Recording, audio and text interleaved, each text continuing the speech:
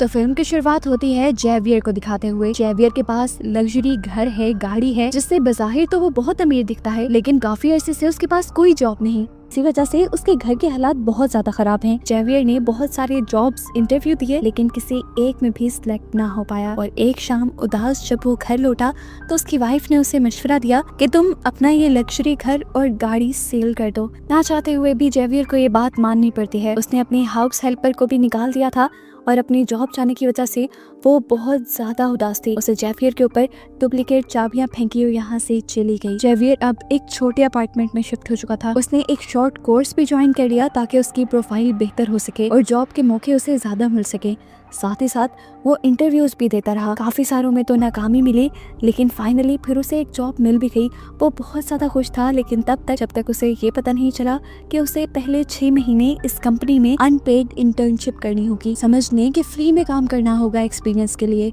Xavier इस time बहुत ज्यादा उदास हो चुका था। वो इस जॉब से भी इनकार करके चला आता है। जाते हुए उसे अपनी कार में से वो चाबी मिलती है जो उसकी हेल्पर उसके मुंह पर फेंक कर गई थी। उसने वो कीज उठाई और अपने पुराने घर की तरफ मुड़ गया। काफी देर वो बाहर खड़ा रहा और जब उसने देखा कि घर में रहने वाले नए लोग यहाँ से जा चुके हैं तो वो सबसे छुपते हुए उसी घर में घुस गया। जेवियर इस घर में नए ओनर की पिक्चर देखता है। इस घर से दिखने वाला प्यारा व्यू देखता है जो उसकी हमेशा से याद था और काफी देर यहाँ स्पेंड करता है, जिससे उसे काफी बेहतर फील होने लगा। और फिर वो घर चला गया। अगले दिन दोबारा वो आया। आज तो वो इस घर की तलाशी भी लेने लगा था। उसे घर में बहुत सारे डॉक्यूमेंट्स और एक रेड कलर का टोकन मिला। ये टोकन एक रिहैब सेंटर का था। वहाँ कौन और क्यों जाता था, जेवियर ये जानने के लिए उनका कंप्यूटर ऑन कर लेता है। उनके कंप्यूटर से जेवियर को उनके बारे में बहुत सारी इंफॉर्मेशन मिलती है, जैसा कि 1 साल पहले इस फैमिली का एक्सीडेंट हुआ था क्योंकि इस घर का ओनर ड्रंक था, इसलिए 1 साल के लिए उसका ड्राइविंग लाइसेंस भी कैंसिल कर दिया गया था। यहाँ पर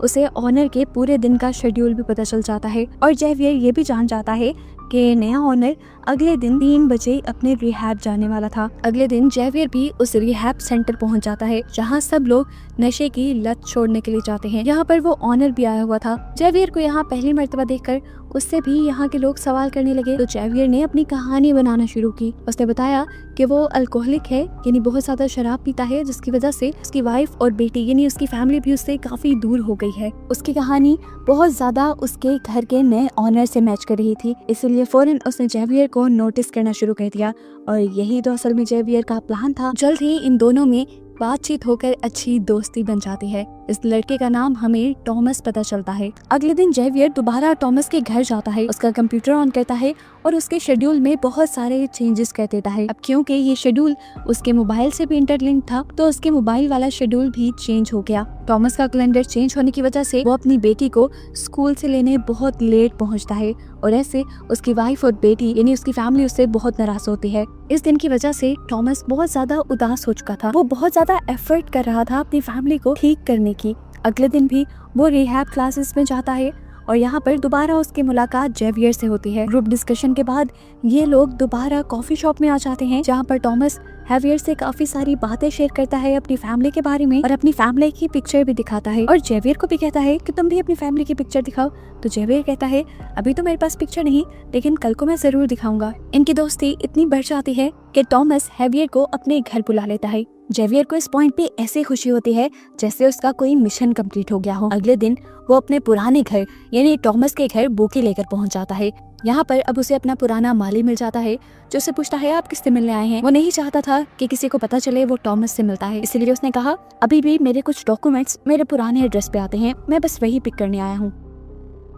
खैर अब वो घर के अंदर आ जाता है। टॉमस उसका अच्छा वेलकम करता है और अभी तक टॉमस की बात नहीं जानता कि पहले ये घर जेवियर का ही हुआ करता था। जेवियर इन लोगों के साथ काफी बातें करता है, डिनर करता है और चला जाता है। अगले दिन टॉमस जब ऑफिस के लिए निकल रहा था तो उसके माली ने आकर उसे पूछा क्या कल यहाँ के पुराने ओनर अपने कुछ बिल्स लेने के लिए आए थे। टॉमस ने कहा नहीं, ऐसा तो कुछ नहीं हुआ। अब माली तो टॉमस से सॉरी करके साइड पे हो जाता है, लेकिन वो समझ गया था कि जरूर जेवियर के माइंड में कुछ चल रहा है। वो कल टॉमस से ही मिलने आया था, लेकिन वो इस बारे में शायद किसी को बताना नहीं चाह रहा। इसी दिन दिखाया जाता है कि जेवियर अपनी कार का जानबूझकर एक्सीडेंट कर देता है और फिर जल्दी से कॉल करके टॉमस को अपनी मदद के लिए बुलाता है। इस टाइम जेवियर के हाथ में एक शराब की बोतल थी जिसे देखकर टॉमस को लगा कि उसने ड्रंक होकर ये एक्सीडेंट किया है। जब टॉमस ने जेवियर के हाथ से वो बोतल ली तो कुछ कतरे टॉमस के ऊपर भी गिर गए। टॉमस उसे समझाने लगा, रिहैब ज्वाइन करने के बावजूद भी तुम अगर ये काम करते हो तो बिल्कुल अच्छा नहीं, ऐसे तुम्हारी लत नहीं जाएगी। देखो मैं तुम्हें समझाता हूँ, मुझे पीनट से एलर्जी है, अगर मैं एक भी दाना खा लूँ तो मर जाऊंगा। तुम भी ड्रिंक करने को ऐसा ही समझो, अगर तुमने ड्रिंक किया तो तुम मर जाओगे। जेवियर उससे कहता है, मैं ड्रिंक करना नहीं चाहता था, लेकिन कल जब मैं तुम्हारे घर आया तो मैंने देखा तुम अपनी जिंदगी कितने अच्छे से मेंटेन करते हो, तुम्हारी फैमिली है, तुम एक कंपनी के वाइस प्रेसिडेंट भी हो, लेकिन मैं ना मेरे पास जॉब है और ना ही मेरी फैमिली मेरे सपोर्ट में है। मैं अपने दुख को काबू नहीं कर सका, इसलिए मैंने ड्रिंक की। टॉमस कहता है, ऐसा कुछ नहीं जैसा तुम्हें नजर आ रहा है, मैंने भी सब चीजों को बैलेंस करने में बहुत मेहनत की है, और वो कंपनी जहाँ मैं वाइस प्रेसिडेंट हूँ वो असल में मेरी नहीं है, मेरे फादर इन लॉ की है। जेवियर उसकी सारी बात सुनकर उससे कहता है, अच्छा मुझे कुछ देर के लिए तुम्हारा फोन चाहिए, मेरा फोन डेड है और मुझे कार टो करने के लिए किसी को बुलाना है यहाँ। टॉमस उसे फोन दे देता है, लेकिन कॉल करने से पहले वो अपने आप को एक मेल भी करता है। उसने ऐसा क्यों किया ये आगे रिवील होगा। इस सब में उसने टॉमस से प्रॉमिस भी ले लिया था कि तुम घर जाकर अपनी वाइफ को इस बारे में कुछ ना बताना, वो पता नहीं मेरे बारे में क्या सोचेंगी। टॉमस ने उसकी ये भी बात मान ली। अब वो जब घर गया तो उसकी वाइफ को उसके कपड़ों से अल्कोहल की स्मेल आ गई। वो भड़क गई, उसे लगा कि टॉमस सीरियस नहीं है उनकी फैमिली को लेकर। वो दोबारा अपनी उन्हीं हरकतों पर उतर आया है जिसकी वजह से उसकी फैमिली एक बहुत बड़े मसले में आ चुकी थी पहले भी। और यहाँ पर टॉमस को अपनी वाइफ को बताना पड़ता है कि ड्रिंक मैंने नहीं किया था बल्कि जेवियर ने किया था, मैंने बस उसकी मदद की। सिंकट होकर हमें जेवियर को दिखाया जाता है, जिसे उस टाइम उसकी माली की कॉल आती है और वो कहता है, मैं ये बात जान गया हूँ कि तुम अपने घर टॉमस से मिलने आए थे, कोई बिल्स लेने नहीं। अगर तुम चाहते हो कि ये बात मैं छुपा कर रखूं तो कल आकर मुझसे मिल लेना। मजबूरन जेवियर को उससे मिलना पड़ा। माली ने उसे कहा, मैं जानता हूँ टॉमस को लेकर तुम्हारे इरादे अच्छे नहीं, अगर तुम चाहते हो कि मैं तुम्हारे बारे में पुलिस को ना बताऊं तो तुम मेरे लिए भी काम करो, तुम टॉमस की बेटी के कपड़े मुझे ला कर देना। ये सुनकर जेवियर को बहुत गुस्सा आया कि कितना नीच आदमी था ये, लेकिन अभी उसे अपना प्लान भी खराब नहीं करना था, इसलिए वो मान गया। मजबूरी में जेवियर माली के काम से टॉमस के घर जाता है उस वक्त जब उसके घर पे कोई नहीं होता। अभी उसने अपना काम मुकम्मल नहीं किया था कि टॉमस की वाइफ घर वापस आ गई।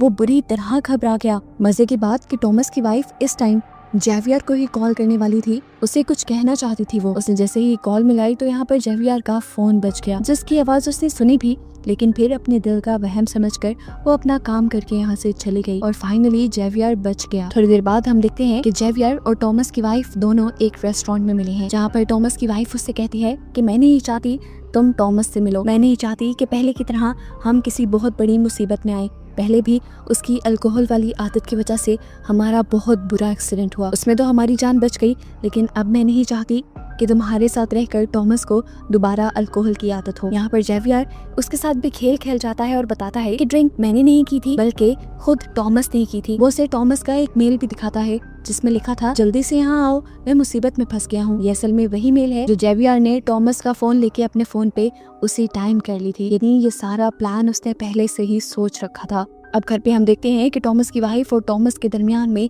बहुत बुरी लड़ाई हो जाती है इस मिसअंडरस्टैंडिंग की वजह से। जेवियर के घर पे उसे एक पार्सल रिसीव होता है जिसमें हम देखते हैं कि पेपर स्प्रे और पीनट स्प्रे था। वो बड़ी ही चालाकी से पीनट स्प्रे को पेपर स्प्रे के अंदर इंजेक्ट कर देता है और बाकी बचे हुए सामान को फेंक देता है। जेवियर जिस टाइम ये सब कुछ कर रहा था वो ये नहीं जानता था कि उसकी वाइफ उस पर नजर रखे हुए है।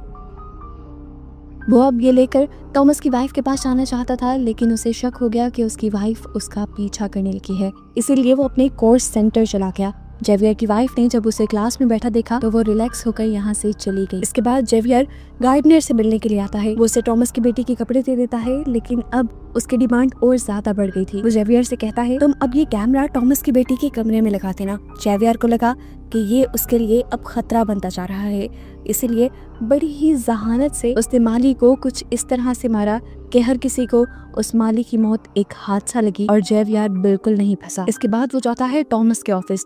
वो टॉमस से मिलना चाह रहा था, लेकिन टॉमस को तो बहुत ज्यादा गुस्सा था क्योंकि पिछले ही दिन टॉमस की वाइफ से जेवियर ने झूठ जो बोल दिया था, जिसकी वजह से उन दोनों के दरमियान में मिसअंडरस्टैंडिंग भी हो गई थी। इसी गुस्से में टॉमस जेवियर को इतना मारता है कि उसके मुंह और नाक से खून निकलने लग जाता है। ऐसी ही हालत में जेवियर बैंडेज कराने नहीं जाता बल्कि जाता है टॉमस की वाइफ के पास और उसे कहता है, देखो तुम्हारे हस्बैंड ने मेरा क्या हाल किया।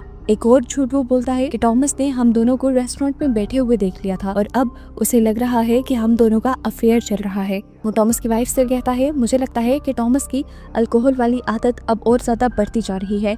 नशे और गुस्से में कहीं वो आपको नुकसान ना पहुंचा दे, इसलिए मेरे पास ये पेपर स्प्रे है, इसे आप रख लें। ये वही पेपर स्प्रे था जिसके अंदर वो पीनट सोल्यूशन डाल चुका था। ये देने के बाद वो अपने घर आ जाता है और अपनी वाइफ से कहता है मुझे कुछ अर्जेंट काम आ गया है, मैं कुछ दिन के लिए शहर से बाहर जा रहा हूँ। हालांकि उसकी वाइफ उससे पूछते रह गई कि कहाँ जा रही है वो, लेकिन वो जल्दी से चला गया। इसके बाद उसने टॉमस की वाइफ को कॉल की और बोला मैं जानता हूँ कि आपकी बेटी और आप जिमनास्ट के बहुत बड़े फैन हैं, मैं एक मशहूर जिमनास्ट से आप लोगों को मिलवा सकता हूँ। ये सुनकर तो टॉमस की वाइफ बहुत ज्यादा खुश हो गई और टॉमस के साथ चलने के लिए तैयार हो गई। ये लोग जिमनास्ट के साथ एक पिक्चर पे क्लिक करते हैं इस तरह जिस तरह ये एक फैमिली हो, और जेवियर जानबूझकर ये पिक्चर टॉमस को सेंड कर देता है। इस पिक्चर को देखकर वो टूट गया, दुख ने उसे कहीं का ना छोड़ा और कई महीनों के बाद आज उसने दोबारा ड्रिंक कर ली। बस यही तो जेवियर चाहता था, वो उसकी वाइफ को यकीन दिलवाना चाहता था कि वो अब भी ड्रिंक करता है, और ये सब करके उसने टॉमस को मजबूर किया कि वो ड्रिंक करे। और ऐसे उसकी वाइफ को यकीन हो गया कि उसके हस्बैंड ने कभी ड्रिंक करना छोड़ा ही नहीं, बल्कि वो तो उसे बेवकूफ बना रहा था। इससे पहले कि टॉमस की वाइफ कुछ रिएक्ट करती, टॉमस ही गुस्सा करने लग गया क्योंकि उसने इन दोनों को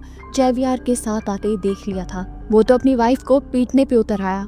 टॉमस की वाइफ को अपने आप को बचाने का और कोई रास्ता नहीं मिला। उसे याद आया जेवियर का दिया हुआ वो पेपर स्प्रे, जिसे उसने आगे बढ़कर दराज से निकाल लिया और जल्दी से टॉमस के ऊपर स्प्रे कर दिया। अब क्योंकि इसके अंदर पीनट सोल्यूशन था तो फौरन टॉमस को एलर्जी हो गई और उसका सांस उखड़ने लगा। टॉमस की वाइफ को लगता है कि वो मर गया। घबराहट में वो जेवियर को कॉल करती है और जल्दी से उसे अपने घर बुलाती है। जेवियर पहले उसे काम डाउन करता है और उसे एक कमरे में भेज देता है। फिर वो टॉमस के पास आता है तो देखता है कि टॉमस अभी जिंदा था लेकिन तड़प रहा था, लेकिन जेवियर नहीं चाहता था कि टॉमस जिंदा रहे, इसीलिए वो उसके मुंह पे अपने हाथ रख के उसे मार देता है। वो पहले से ही ग्लव्स पहने हुए था, मतलब वो टॉमस को मारने के ही इरादे से आया था। और फिर टॉमस आखिर मर जाता है। अब सीन यहीं से कट होकर हमें कई माह बाद का सीन दिखाया जाता है। हमें पता चलता है कि जिस कंपनी का वाइस प्रेसिडेंट पहले टॉमस था, अब उसी कंपनी में वही पोस्ट जेवियर ले चुका है, क्योंकि उसने टॉमस की वाइफ से शादी कर ली थी। टॉमस को मारकर उसने टॉमस की जगह, घर, सब कुछ ले लिया, यहाँ तक कि उसकी फैमिली भी, और अपनी लाइफ सेट कर ली। हम देखते हैं कि यहाँ पर जेवियर से उसकी वाइफ मिलने के लिए आती है, जिसे अब वो डाइवोर्स दे चुका था। वो उसे कहती है मैं जानती हूँ कि टॉमस को तुमने ही मारा है, क्योंकि तुमने पेपर स्प्रे में जब वो पीनट सोल्यूशन मिलाया था तो मैंने तुम्हें देख लिया था। मैं चाहूँ तो अभी भी जाकर पुलिस को ये बयान दे सकती हूँ। उसकी ब्लैकमेलिंग में जेवियर नहीं आता और उससे कहता है तुम जो चाहो कर लो, अगर तुम चाहती हो अपने बेटे का ब्राइट फ्यूचर तो तुम ऐसा नहीं करोगी, क्योंकि मैं तुम्हें पैसा देना बंद कर दूंगा, और अगर इस सब के बावजूद तुम अपना शौक पूरा करना चाहो तो कर लो। अब मुझे कोई डर नहीं, मेरे पास बहुत पैसा है, मैं कोई भी बड़े से बड़ा लॉयर करके ये केस जीत जाऊंगा और तुम्हारे हाथ कुछ नहीं आएगा। इसके बाद जेवियर की एक्स वाइफ वहाँ से चली जाती है और जेवियर अब अपने पुराने घर आता है, जिसे वो पहले बेच चुका था, लेकिन ये घर अब दोबारा उसी का हो चुका था। वहाँ वो टॉमस की वाइफ और बेटी को प्यार करता है, जो कि अब उसकी वाइफ और बेटी है। जेवियर इन दोनों के साथ खुश है, उसकी लाइफ अब सेट है, और बस यही दिखाते हुए ये मूवी यहाँ खत्म हो जाती है।